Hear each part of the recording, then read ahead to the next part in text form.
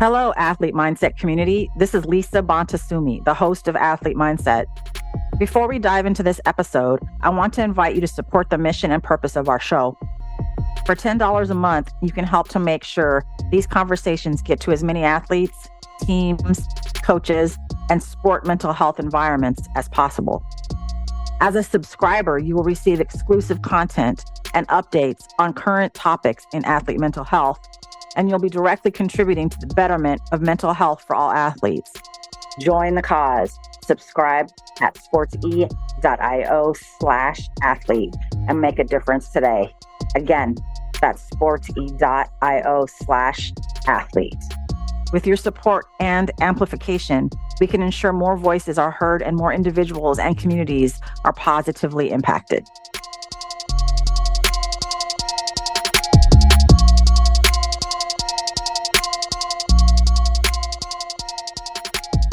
Welcome, everybody. I'm super excited to be hosting a talk, chat, discussion with Mr. Amobi Okugo.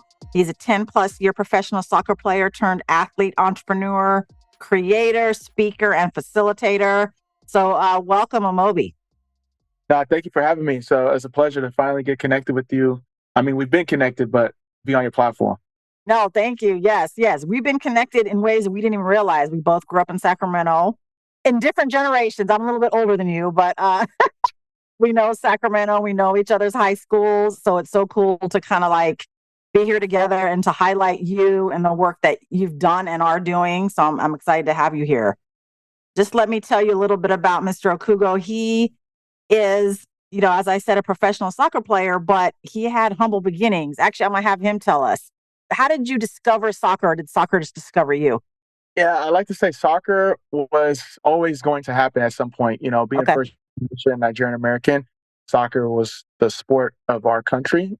My uncles, my parents, played growing up. We watched the Nigerian national team at the Olympics and the World Cup. So soccer was going to happen by force or by fire, like I like to say. But yeah, it just grew into a career. But it wasn't like you're going to play soccer to go pro. It was just soccer is what we did as a family. And, it was a great way to, build relationships, stay active and, learn life lessons. And that's kind of how it developed. No, I love it. Yeah. Soccer, the sport of your country. But you did end up playing at a high level as a young guy, actually went on to UCLA on a full ride scholarship, and then played in the MLS. But let's back it up. So I know you and I have chatted a little bit about like soccer in the US and how to enter it as a high performing youth elite player, and that your parents didn't really know about how to do that here. Can you tell us a little bit about that story? Yeah, most definitely. So I started off with like my local school team, played for the school team. In fact, in kindergarten, we had an A and a B team. And because no one could pronounce my name, I was on the B team until we played the A team and we beat them. And then we somehow decided to combine teams, which was a unique proposition.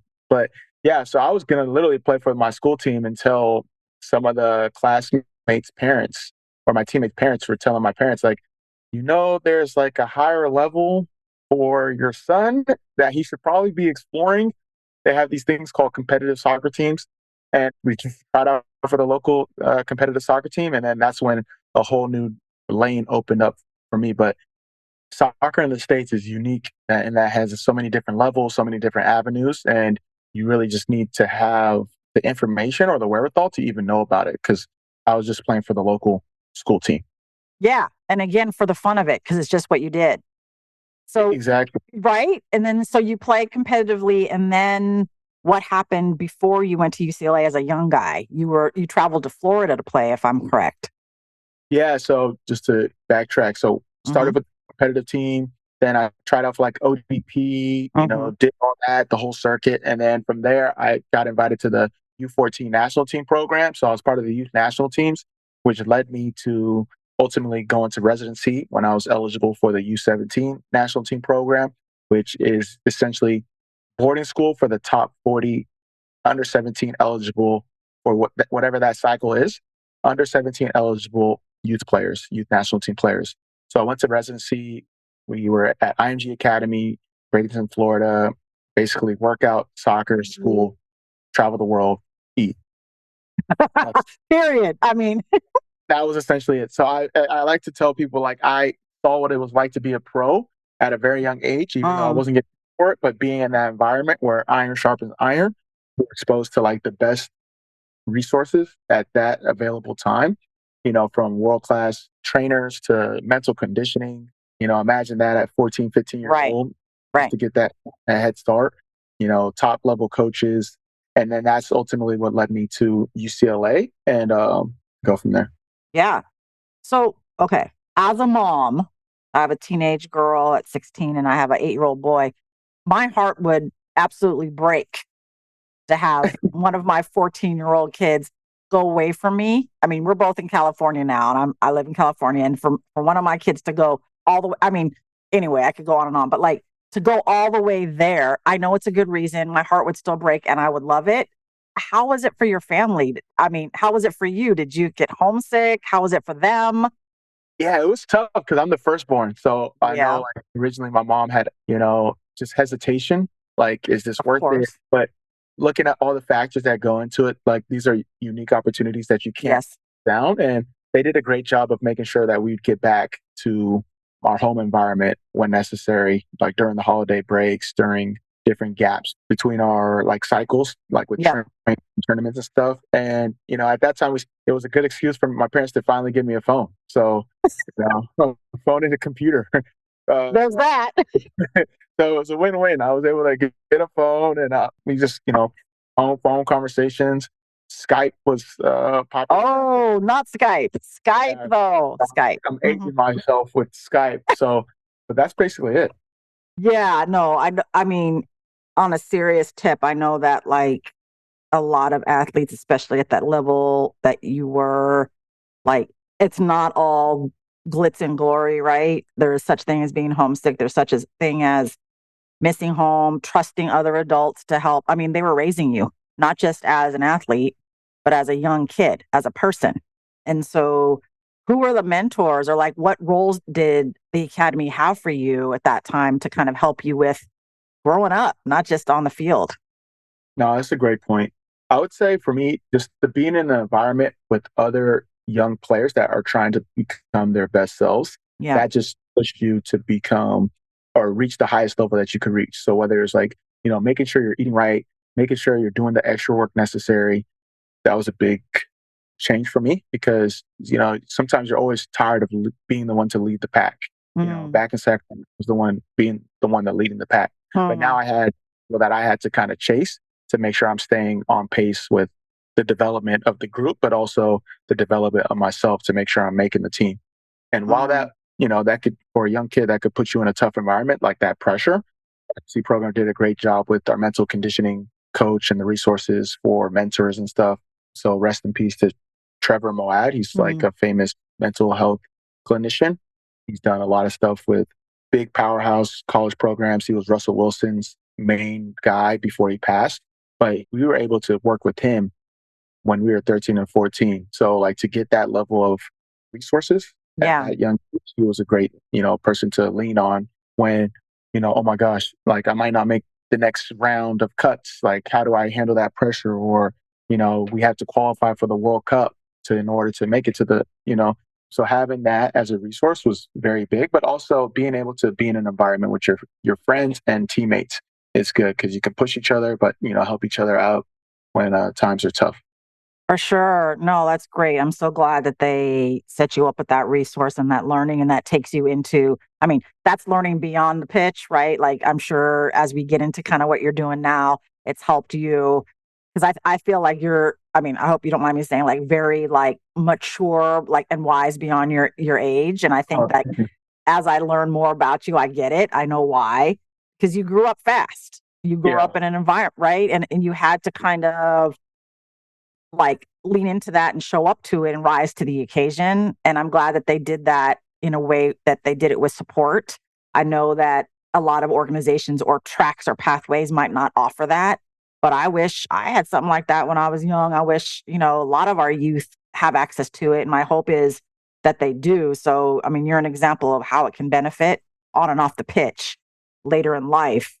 So fast forward, you got a scholarship to UCLA, and after your freshman year, got drafted into the pros. What went into your decision making at that point to like make that choice? To be honest, it just happened quick. It just everything Okay, happened quickly. It wasn't like, oh, I'm going to go to UCLA for a year and go pro. I mean, I gotcha. had opportunities to go pro out of high school and before going to UCLA, but my parents were very big on education, as Hmm. was I. And I was like, all right, at least enjoy or see what it's like. But we ended up having a really good season. We went pretty far, and I played, fairly well to get noticed. And it just happened. Like the contract that I was offered was a Generation Adidas contract, and they made it where Mm, I was able to get reimbursed, or they had an education stipend, so I wouldn't essentially be keeping my scholarship, but be able to go pro at a younger age. And hmm. so decided to strike while the iron was hot and go pro, and that's kind of what happened. I'm just laughing because it sounds like so easy. And I know it wasn't. I know it wasn't, but it's like, oh, everybody can do this because Amobi did. But like, there's a lot that goes behind the scenes and a lot of discussion. I'm sure nothing's planned, but you played across several teams over your 12-year career: Philadelphia, Orlando, Kansas City, etc., and including the Olympic qualifying team in 2012. What did you learn on the pitch that actually helped you develop as a person? You Oh, know, that's a good question. I would yeah. say on the pitch, you learn how to navigate different people from Mm, different how people respond to criticism, how people get mm, motivated, different ethnicities, different cultural upbringings, and like to be able to mesh that all together, whether you think of it as like a melting pot or like a salad, because everyone has their own different ingredient to how mm, their makeup as a player and mm-hmm. on the field, off the field. And how do you do that to win? I think that's the biggest thing I've learned. And I've definitely taken that over to my post career opportunities in business, like in terms of networking, in terms of making people feel comfortable, in terms of being able to relate. I feel like I'm Mm, pretty good at that, and that's because of soccer. Like mm. soccer, global game, and you have different formations, different people, different coaches, different environments, different structures, and I've taken that on the field and applied it to off the field, and have been fairly successful so far. I love that. I think that you being able to relate to different people from all walks of life, all different cultures, all different experiences does make you accessible and easy for them to relate to you because you can vibe them or like relate and like find that common place and take it to the next level. I think that's really, I mean, I don't think people realize that that is like a skill that you've learned and were forced to learn by be putting right into it. So I think that's amazing. So tell us about your current work. You have, and even while you were playing, you had a hunger for learning and entrepreneurship. Where did that come from?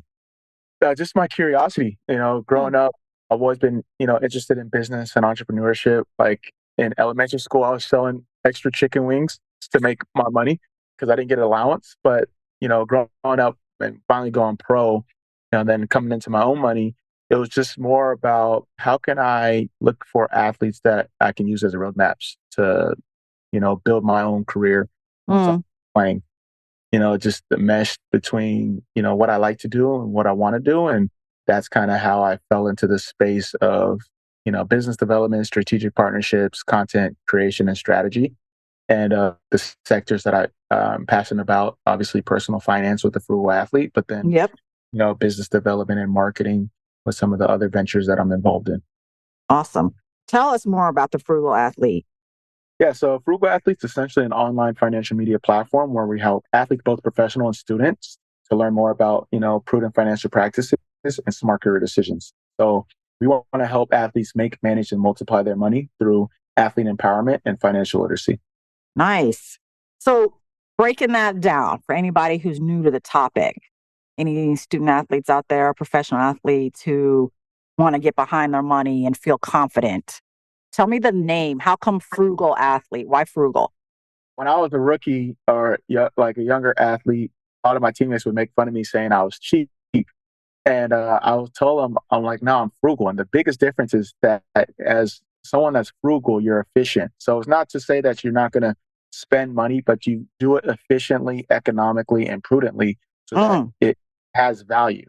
And you're not just spending money frivolously. You're not cheap in terms of like you're just going to buy the cheapest thing where you're going to have to eventually spend more money to mhm, make up for it, but you're just mhm, efficient in how you handle your money, handle the decisions that you make. And I think as an athlete, you need to be frugal in how you go about it because the mm. career only lasts so long. So how are you going to be efficient and leverage and squeeze the juice out of your career? And that's kind of the approach I take by that. No, I love it. I love it. I know I was like, am I cheap right now? Or maybe, no, I'm not cheap. I'm frugal. But I think the Mm, way that you're defining it is that there's a piece of intentionality and mindfulness behind spending, exactly. saving, investing, whatever it is you do with your money, that you're thoughtful, right, about it. Most Yeah. definitely. Yeah. No, I agree with that. I totally agree with it. So, where do you start with a student athlete or professional athlete when you start talking about finance? Because we know it can be very personal, it can be embarrassing, it can be because they don't know or they just blew a bunch of money. Like, where do you start with somebody? No, that's a great question. I think the biggest thing is like understanding a lot of people when they talk about financial literacy, they only want to talk about like the budget, save more than you spend. Mm, Like, yeah, mm-hmm, that's all good and well, but let's get into it from a holistic standpoint. So we hmm, need to, what's your relationship with money? How did you grow up with money? What does money mean to you? Your emotions around money. What's your money love language? And then obviously the basics, because before you can shoot threes, you have to learn how to make a layup and free throws. So that's kind of the holistic approach we take from it. And then once we can build that up, then now we know what to attack. So based on what you want to do with your money or how it makes you feel, now we know, all right, maybe there's certain triggers that we need to avoid or we need to harness and kind of go from there. we I love it because I'm gonna tease you right now. You're like a financial therapist because it's like you got to learn the emotion and psychology behind how you relate to money before you can even engage with it. So I think that's really, really amazing. I look forward to some of the work we might partner on and do together to help each other, help our person or our people to get where they want to go from that psychological financial place. So, can you give us a scenario, of course, not naming names or anything, starting with that? Like, let's say someone, you interviewed them around that. They did tell you about their financial love language. They did tell you about their relationship with the money, their childhood with money. Give me a scenario with those answers. And then how would you approach it, like with your top three main ways of approaching it with them? It's a great question, I think, and I love the scenario. So, we'll say player X, he or she grew up having to be, the responsible one in the family. So Mm-hmm. now they've made it pro, and Mm-hmm. everyone relies on them to take care of everything. So they're almost like, everyone talks about generational wealth and passing it down to the next generation. Mm-hmm. Well, in this situation, you're passing it back instead of passing it forward. So Mm-hmm. they feel overwhelmed and they're dealing with emotional blackmail where friends, family are like, yo, remember when I took you to practice? Or like, I was there when, coaches weren't scouting you, blah, blah, blah, blah, blah. And now you have an emotional blackmail where you feel the guilt success of making it and Mm-hmm. you're having a hard time saying no. And Mm-hmm. you can't pour from an empty cup, but you're always pouring to other people's cup and you don't have money left over for your own things. And this is a typical scenario that athletes deal with. So we go with understanding like, all right, why is it a problem to say no? And this is tough. Like, how are you going to tell your close family member no? Like, so here are some like ways to set boundaries. Here are some ways to say no without saying no. Here are some people that you should consider having in your corner so that they can be like the fall guy, almost good cop, bad cop, where it's like, yo, yeah, most definitely, but I don't even handle my own money, or you do, but you want to push them off to your financial advisor or wealth manager Mm-hmm. or whoever it is and have them be like, oh no, because this, and this, they can't do it or you come to me with the proper plan and I'll share it back, almost kind of build a moat around you and then kind of Mm-hmm. go from. So that's kind of like one scenario that we do, something as simple as even helping an athlete with a budget so that they can create, you know, they grew up understanding that money doesn't grow on trees. You have to work to get your money. And then now they've come into abundance of it. So maybe they spend more than they really need. So it's trying to figure out, all right, we're not going to say you shouldn't have your desserts or you shouldn't, spoil yourself. Every kid needs to touch the hot stove to learn that it's hot. A parent tells them they don't listen. They got to touch it. So we just want to make sure, all right, you could touch the hot stove just to know, but we're not going to let you burn yourself. So help them understand, like, here's your budget, and all right, here's the money allocated for you to do whatever you want with it. If you want to spend money on the latest Jordans or you want to go on vacation, perfect. But you only can take it from this allocated section because everything else is taken care of. You save money for your investments, save money for your emergency fund, save money for your expenses, save money for your taxes. All right, this money here is for your wants or your needs, however you want to define it, and go crazy. But only if this stuff is taken care of. So that's where we help out. We're not financial advisors where we're going to help them in terms of what to invest in. And, you need to put money in the 401k and the stocks. We definitely have information around that, but we aren't licensed. So we are more, like you said earlier, financial coaches, financial therapists, accountability partners from a financial and career standpoint. So even if relationships in like venture capital or real estate or job transition, we help facilitate those partnerships as well. That's amazing. It's amazing. Like, that's where we point them out to you. Yeah, right. I love the holistic way that you see it, and so many ways that, we can support together to create that holistic experience. I mean, I think what you're talking about is like setting boundaries, being able to say no, but in a kind way, strategies to approach that pressure and that pressure to say yes when you know it's not good for you, and how do you still can maintain those relationships. I love building a moat. So it's possible you can cross in and out of it, but it's got to be, again, intentional, mindful, and skillful, because these are things I talk about with my athletes when it comes to relationships, and your relationship with money is no different. And your relationship with the people who want access to your money with good intentions, maybe, but just not understanding where you're at. Just because you have money doesn't mean you're just going to spend it because somebody asked. You know what I mean? And like equipping and empowering your athletes to have a good way to set those boundaries without feeling bad and falling into sort of the imposter syndrome piece or the guilt and all the way that goes, because it can really, really paralyze a person. So I love the approach. I love the approach. If you were to do a talk from your frugal athlete platform to now young ones, 14-year-olds coming into academy, same situation you're in, what would be like a couple points that you would talk to them about at that age, 14, starting to be independent, have their own phone, have their own computer, like you said? Like, what would be basics for like that age?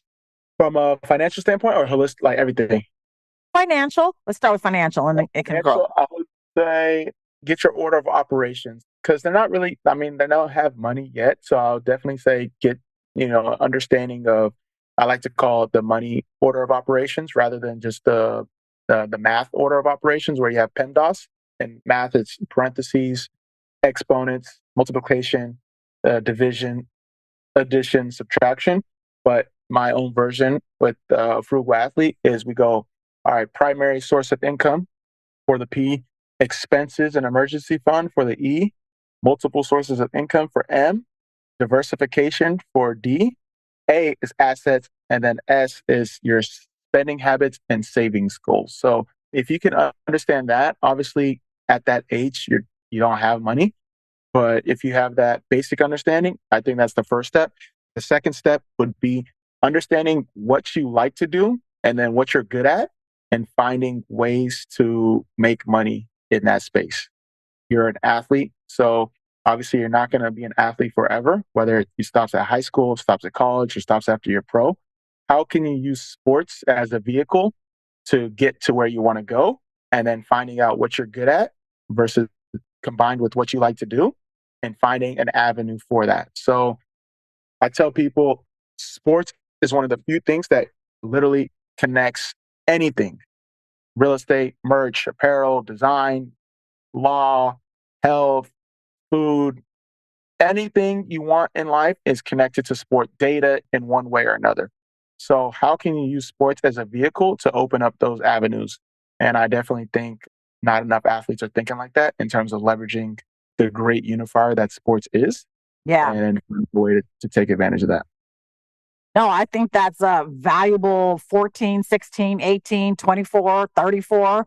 That the way that you approach it. Like, and I think to start those conversations early is really good. So I have a story like when I think it's 13, 12 here in California, the earliest you can have a bank account, the earliest age, I think is 12 with the parent. Oh, So yeah.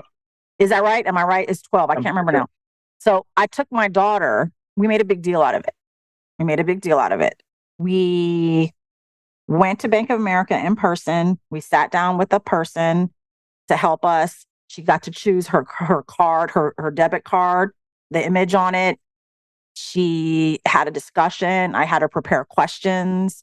We did a thing where they helped her learn how to use the ATM. We stood in line and did like a mock thing, like as if she had a question about her account, how to do it. I took pictures the whole time. Love Um, that. Love that. yeah, I took her out to lunch afterward. This was a rite of passage because I never was taught that. I never had value for money in this day and age. You don't touch the cash really. It's just this Yeah. number on a screen, right? That goes up and down.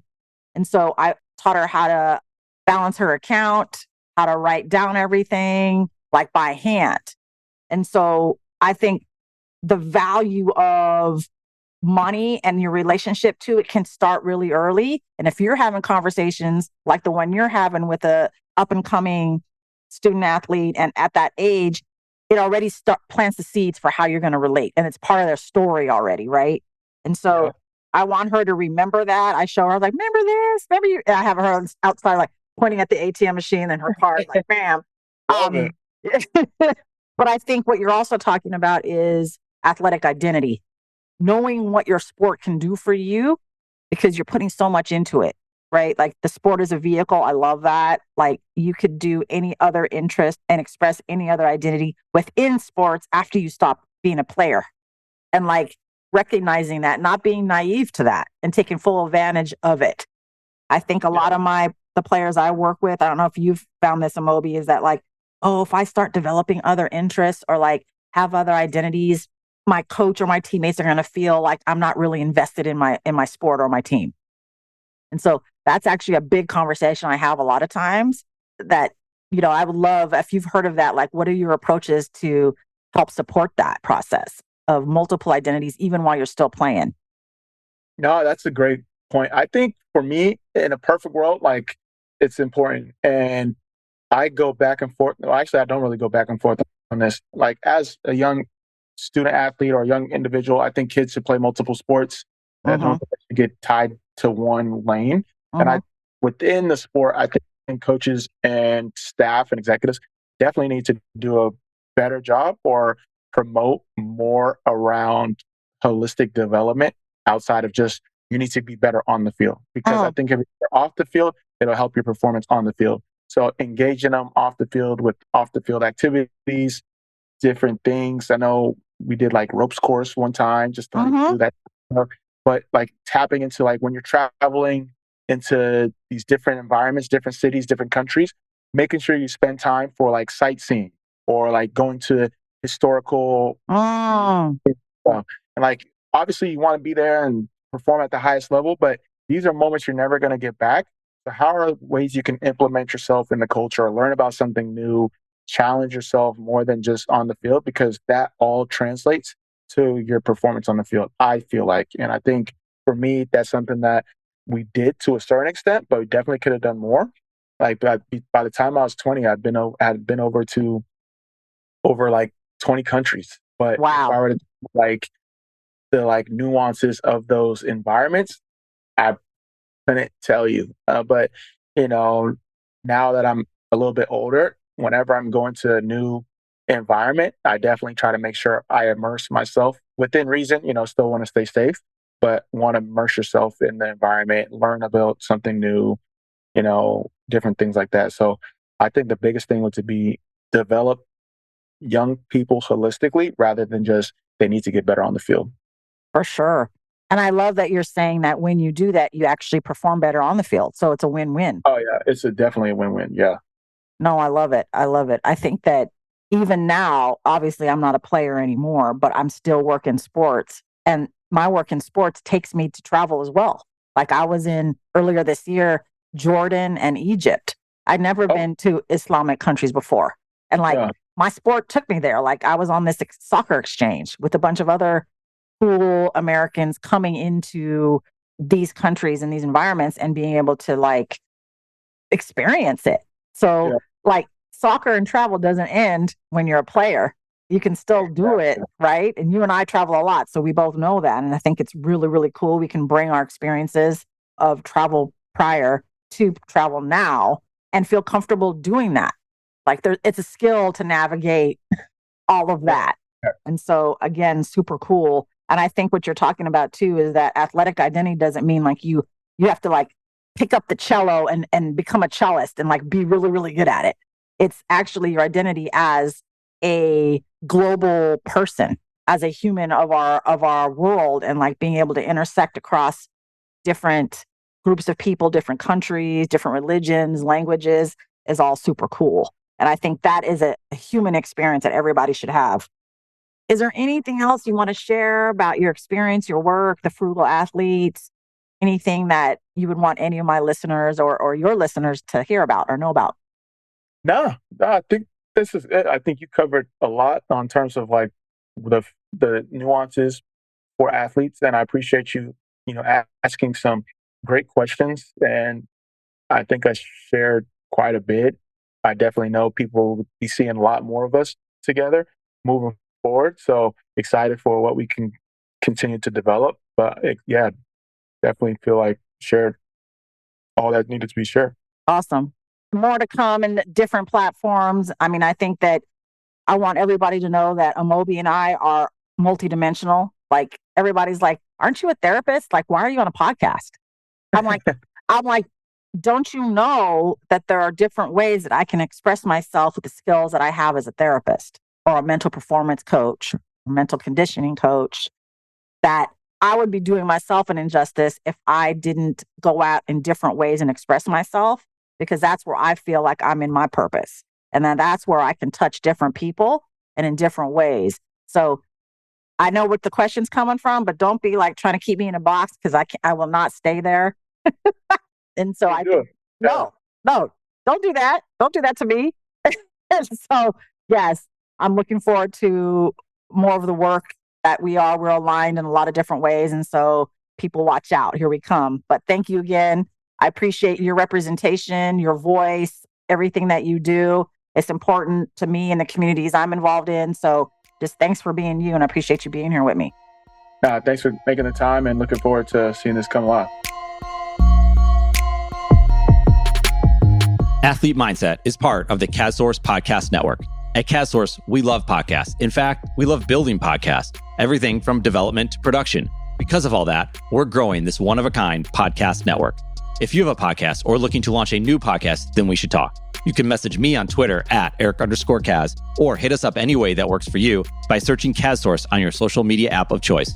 Let's talk about your podcast joining this one-of-a-kind podcast network, the CADSource Podcast Network.